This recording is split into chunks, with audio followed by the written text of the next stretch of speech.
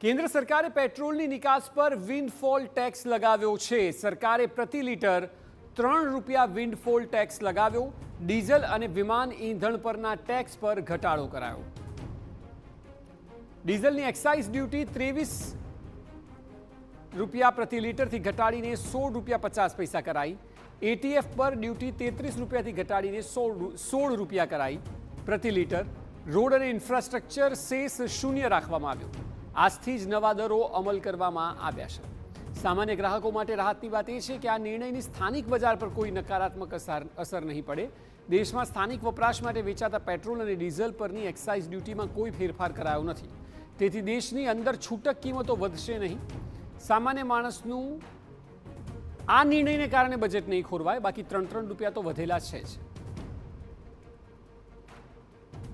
પશ્ચિમ એશિયા પર સંકટના કારણે આંતરરાષ્ટ્રીય બજારમાં કાચા તેલની કિંમતોમાં ભારે ઉછાળો આવ્યો છે।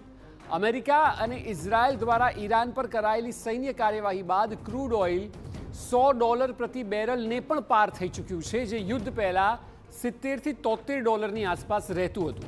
આ નિર્ણયથી દેશમાં ઈંધણનો પૂરતો પુરવઠો જાળવી રાખવામાં અને નિકાસકારોને આંતરરાષ્ટ્રીય કિંમતોનો અયોગ્ય લાભ ઉઠાવતા રોકવામાં મદદ મળશે।